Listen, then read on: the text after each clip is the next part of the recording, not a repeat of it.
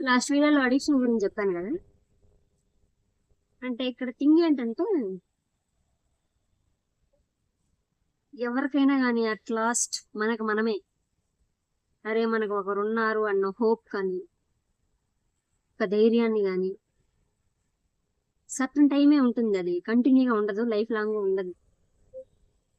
అలా ఇచ్చేవాళ్ళు ఒక మన ఫాదర్, హస్బెండ్ మాత్రమే. సో ఎవరిపైన ఓవర్ డిపెండింగ్, ఓవర్ షేరింగ్ అవ్వకండి. సో అట్ లాస్ట్ నీకు నువ్వే మిగులుతావు. At the end of the life నీకు నువ్వే. ఎవరో వచ్చి ఏమో చేస్తారు, ఎవరో ధైర్యం ఇస్తారు, ఎవరో మోటివేట్ చేస్తారు, వాళ్ళే నా బెస్ట్ ఫ్రెండ్, ఇవన్నీ కాదు. ఎందుకంటే మన ఒక బెస్ట్ ఫ్రెండ్ అమ్మాయి అవ్వచ్చు, అబ్బాయి అవ్వచ్చు, వాళ్ళకి సర్టన్ టైం అనమాట చేంజ్ అయిపోతుంటారు. కొందరు స్టాండర్డ్ గా ఉంటారు,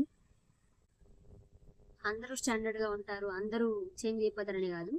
డిపెండ్స్ అపాన్ పీపుల్ అనమాట. చేంజ్ అయ్యే వాళ్ళు అవుతుంటారు, చేంజ్ కాని వాళ్ళు ఉంటారు. చేంజ్ కాని వాళ్ళ సిచ్యువేషన్ ఇలా ఉంటది అనమాట. ఎలా అంటే వాళ్ళే మారిపోయి వాళ్ళ లైఫ్ లో వాళ్ళు హ్యాపీగా ఉంటారు. బట్ వీళ్ళే ఇంకా నా ఫ్రెండ్, మనకి ప్రియారిటీ ఇవ్వలేదు, మనమే వాళ్ళకి ఓన్లీ ప్రియారిటీ ఇస్తున్నాము, ఇట్లా ఆలోచిస్తుంటాం. మరి మూవ్ ఆన్ అవ్వండి ఏదైనా కానీ. Time changes everything and time heels everything. ఎవరు ఎవరికి ఏమీ కాదు, లాస్ట్కి మనకు మనం మాత్రమే, అంతే. అది బాగుపడినా చెడిపోయినా